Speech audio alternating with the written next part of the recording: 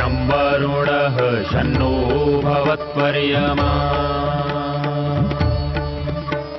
शन्न इन्द्रो बृहस्पतिः शन्नो विष्णुरुक्रमः ॐ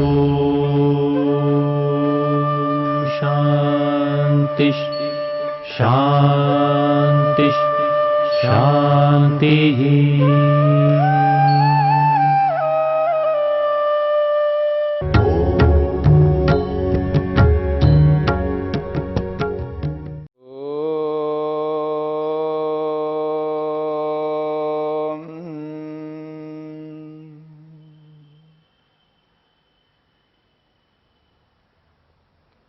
संसार में जो कोई भी सुख है, जिस किसी भी प्रकार का सुख है, सुख मात्र के साथ में दुख जुड़ा हुआ है, इस बात को लेकर के चर्चा हो रही है। सांसारिक समस्त सुखों के साथ साथ दुख जुड़ा हुआ है। कोई ऐसा सुख नहीं है जिसके साथ दुख जुड़ा हुआ ना हो। और जहां सुख और दुख जुड़े हुए रहते हैं, वहां पर दुख को हटाकर केवल सुख लेने का सामर्थ्य किसी भी मनुष्य में नहीं है। इसलिए महर्षि पतंजलि ने स्पष्ट किया है, सर्वं दुःखमेव विवेकिनः। सर्वं समस्त सुख, सांसारिक सुख, विवेकिनः विवेकी के लिए, योगी के लिए, दुःखमेव वो दुख रूप है, वो प्रतिकूलात्मक है, अनुकूलात्मक नहीं हो सकते। क्यों ऐसा? क्योंकि परिणाम दुख उस सुख के साथ जुड़ा हुआ है, ताप दुख उस सुख के साथ जुड़ा हुआ है, संस्कार दुख भी जुड़ा हुआ है और गुणवृत्ति विरोध दुख भी जुड़ा हुआ है। चार चार दुख एक सुख के साथ जुड़े हुए हैं। ऐसी स्थिति में व्यक्ति सुखी नहीं हो पाता। जिस सुख के साथ में चार चार दुख हो, वो सुख क्या भला, वो सुख ना हो करके वो दुख रूप है। इसलिए विवेकी व्यक्ति के लिए, योगाभ्यासी व्यक्ति के लिए, योगी के लिए सांसारिक सुख को भी दुख रूप अनुभव करने का उपदेश किया जा रहा है। यदि वो ऐसा अनुभव नहीं करता तो इस संसार से उभर नहीं सकता, सांसारिक सुखों में ही लगा रहेगा। वो मुक्ति के लिए, मोक्ष के लिए प्रयास नहीं कर पाएगा, वो ईश्वर को प्राप्त नहीं कर पाएगा, आत्मा परमात्मा संबंधी ज्ञान को प्राप्त नहीं कर पाएगा, समाधि नहीं लगा पाएगा। समाधि लगाने के लिए, आत्मा परमात्मा का साक्षात्कार करने के लिए, मुक्ति मोक्ष को पाने के लिए यह आवश्यक है कि सांसारिक सुख के साथ में दुख का अनुभव करना, सुख के साथ साथ चार चार दुखों को जुड़े हुए देखना, यह आवश्यक है। इसके बिना व्यक्ति संसार के सुखों से उभर करके ईश्वरीय आनंद की ओर अग्रसर नहीं हो सकता। इस बात को समझने के लिए ही महर्षि पतंजलि ने यहां पर साधन पाद के 15वें सूत्र में स्पष्ट किया है, परिणाम ताप संस्कार दुःखै गुणवृत्ति विरोधाच्च दुःखमेव सर्वं विवेकिनः। विवेकी के लिए समस्त सांसारिक सुख दुख रूप ही है, क्योंकि उनमें चार प्रकार के दुख मिले हुए हैं। केवल सुख संसार में नहीं है।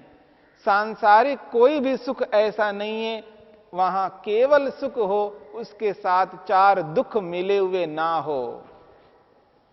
इस बात को समझने की चेष्टा करनी है।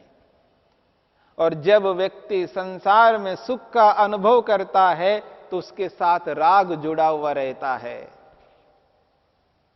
और जब व्यक्ति संसार में दुख का अनुभव करता है तो उसके साथ द्वेष जुड़ा हुआ रहता है।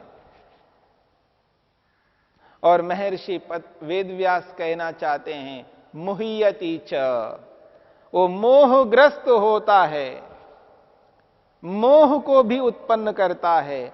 जैसे राग को उत्पन्न करता है, द्वेष को उत्पन्न करता है, वैसे मोह को भी उत्पन्न करता है, मोहग्रस्त होता है। क्यों ऐसा होता है? क्योंकि जो अनित्य पदार्थ है, जो उत्पन्न पदार्थ है, उस उत्पन्न पदार्थ को नित्य मानने लगता है। उत्पन्न पदार्थ को जब नित्य मानता है तो मोह से ग्रस्त हो जाता है।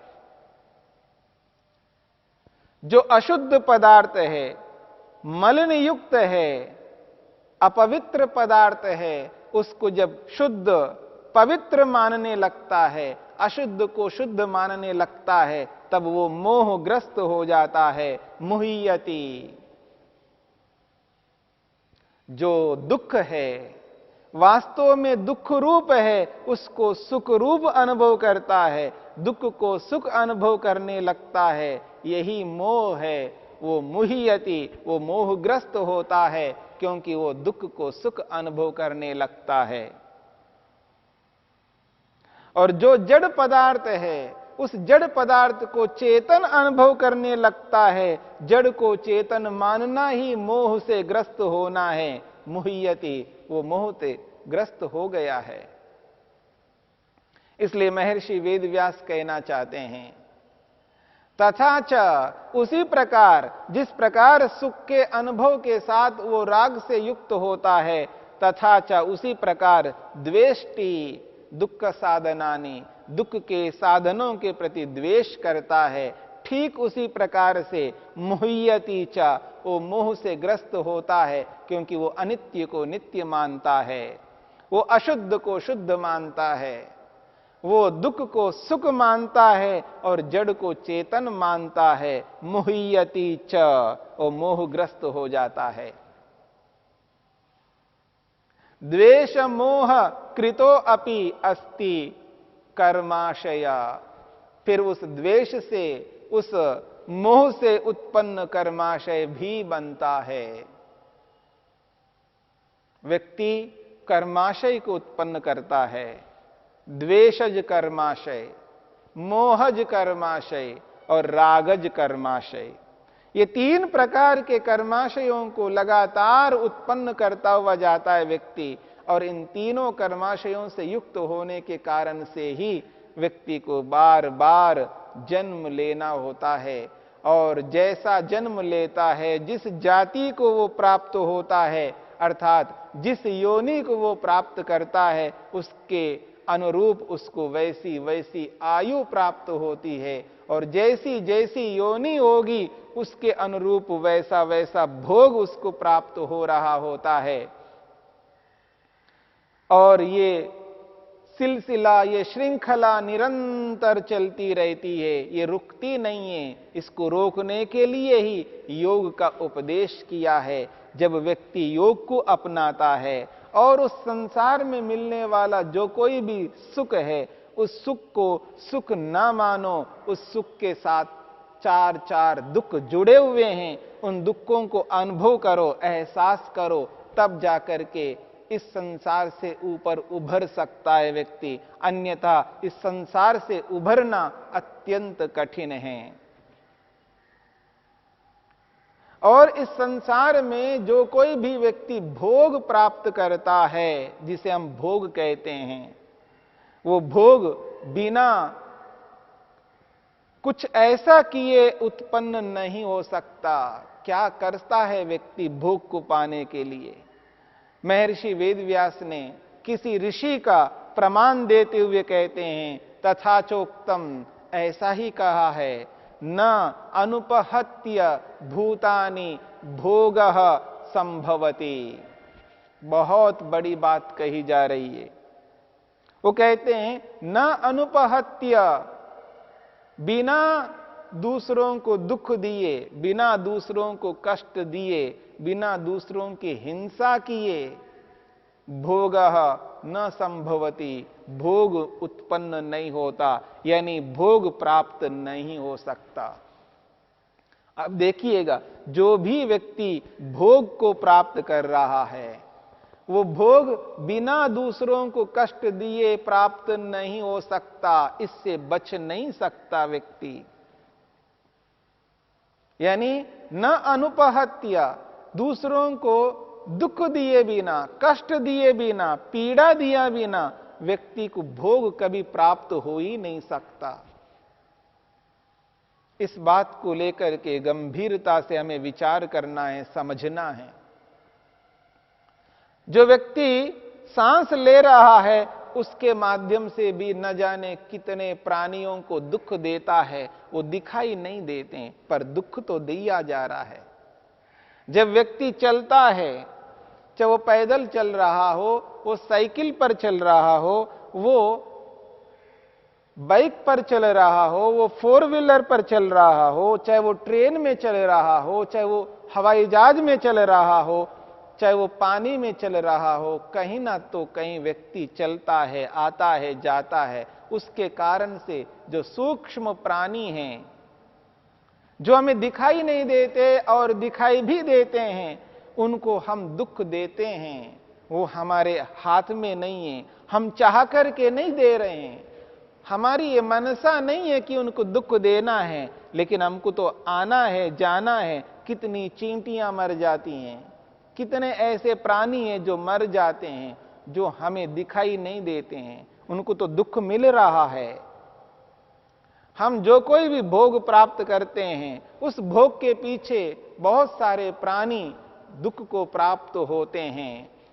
न अनुपहत्य, दूसरों को दुख दिए बिना भोग, कोई भी भोग न संभवती, संभव नहीं है।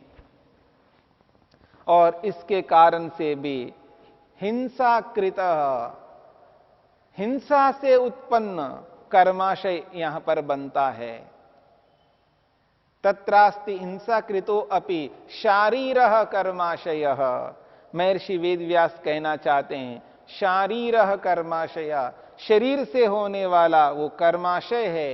यानी शरीर के कारण से ही हम दूसरों को दुख दे रहे हैं, हम अपने शरीर से दूसरों को कष्ट दे रहे हैं, जो हम चाह करके भी रोक नहीं सकते, पर कर्माशय तो उत्पन्न हो ही रहा है। इसे हम रोकना चाहें तो भी नहीं रोक सकते। इसे रोकने का अभिप्राय है चलना फिरना बंद करना, सांस लेना बंद करना, खाना पीना बंद करना, पहनना बंद करना, किसी आश्रय में रहना बंद करना। क्योंकि किसी आश्रय में रहते हैं, वो आश्रय बिना दुख दिए प्राप्त नहीं होता। जो पहनते हैं कपड़ा, वो बिना दुख दिए कपड़ा प्राप्त नहीं हो सकता। जो खाते पीते हैं, वो बिना दूसरों को दुख दिए प्राप्त नहीं हो सकता। कोई भी ऐसा कर्म हम अपने लिए करते हैं, वो बिना दूसरों को कष्ट दिए हमको वो भोग नहीं मिल सकता। यह अनिवार्य है। इसको हम रोकना चाहें तो नहीं रोक सकते, परंतु दूसरों को तो दुख तो मिला ही है। जब दूसरों को दुख मिला है और हमारे शरीर के कारण से मिला है, तो शारीरिक कर्माशय तो उत्पन्न होगा ही होगा, और वो हिंसाकृत कर्माशय कहलाता है। और ये प्रत्येक व्यक्ति के साथ जुड़ा हुआ रहता है। इससे कोई भी मनुष्य बच नहीं सकता। इससे बचने के लिए ही योगाभ्यास का उपदेश किया जा रहा है। यानी योगाभ्यास करके ऐसी स्थिति को हम प्राप्त करें जिससे हम जन्म मरण के इस चक्र से छूट जाएं, पृथक हो जाएं, दोबारा जन्म लेना ही ना पड़े। जब हम जन्म ही नहीं लेंगे, तब हम इस हिंसा से, इस शारीरिक कर्माशय से हम बच जाएंगे। तब हम कोई भी भोग नहीं करेंगे। जब भोग ही नहीं करेंगे, तो भोग से उत्पन्न कर्माशय भी नहीं बनेगा, तो हमारी किसी भी प्रकार की कोई हिंसा नहीं होगी। इससे बचने के लिए ही योग का उपदेश है। योग का संदेश है। इसी योग को समझने का प्रयत्न करना। कोई भी व्यक्ति अन्य प्राणी को दुख दिए बिना किसी भी प्रकार का भोग प्राप्त नहीं कर सकता। इसका यह अभिप्राय नहीं है कि व्यक्ति जानबूझ करके दूसरों को दुख देता रहे और भोग को प्राप्त करता रहे। ऐसा इस योग का किसी प्रकार का तात्पर्य नहीं है। इस बात को समझने की चेष्टा करनी है, इसका दुरुपयोग नहीं करना है। महर्षि वेदव्यास कहना चाहते हैं, दूसरों को दुख दिए बिना भोग प्राप्त नहीं होता। इसका दुरुपयोग करके दूसरों को आप मार काट करते रहो जानबूझ करके, और दूसरों को जानबूझ करके दुख दे करके, दूसरों के पदार्थों को छीन करके, दूसरों की जमीन को लेकर के, मकान को लेकर के, अन्य साधनों को लेकर के आप उपभोग करो, ये इसका अभिप्राय बिल्कुल नहीं है। सबके साथ न्यायपूर्वक व्यवहार करना है, ऐसा कोई गलत व्यवहार नहीं करना है। ये इस बात को समझ करके चलना है। परंतु यहां जो बात कही जा रही है उसके लिए कही जा रही है, जो कि आपको चलना होगा। किसी अच्छे कार्य के लिए हम अच्छे उत्तम कर्मों को करने के लिए हम प्रस्थान करते हैं, आते हैं, जाते हैं। उस आने जाने में, अनजाने में हमसे दूसरे को कष्ट दिया जाता है। जब हम चलते हैं, सड़क पर चलते हैं, मार्ग पर चलते हैं, वहां कितनी चींटियां, कितने सूक्ष्म प्राणी हैं जो हमें दिखाई नहीं देता है।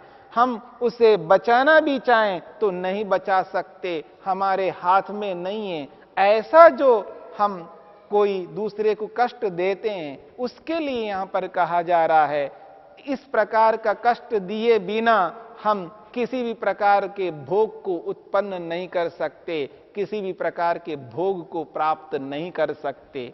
इस बात को लेकर के यहां पर कहा जा रहा है, ये अपरिहार्य है, इसके बिना हम जी नहीं सकते। इसका दुरुपयोग करता हुआ व्यक्ति जानबूझ करके किसी को मारने लग जाए, किसी को मार करके छीनने लग जाए, ऐसा कोई भोग किसी भी व्यक्ति को प्राप्त नहीं करना है। ऋषियों का ये मंतव्य नहीं है। और इन वाक्यों का दुरुपयोग किसी भी व्यक्ति को नहीं करना है। अगर ऐसा करता है वो अत्यंत पापी माना जाएगा, वो दंडनीय होगा, उसको अत्यंत दंड मिलेगा और उसको वो झेल नहीं पाएगा। अगर किसी मनुष्य से वो बच जाएगा, लेकिन वो ईश्वर से कभी नहीं बचेगा। इस बात को लेकर के हमें समझना है, जानना है। महर्षि वेदव्यास कहना चाहते हैं कि शारीरिक हिंसा जब होती है उससे भी कर्माशय उत्पन्न होता है। जहां शारीरिक हिंसा होगी तो वहां वाचनिक हिंसा भी होगी, वहां मानसिक हिंसा भी होगी। इन समस्त हिंसाओं से हमें बचना है। बच करके इस संसार से ऊपर उभरने के लिए योग को अपने जीवन में धारण करना है। इसी के लिए योग का उपदेश है।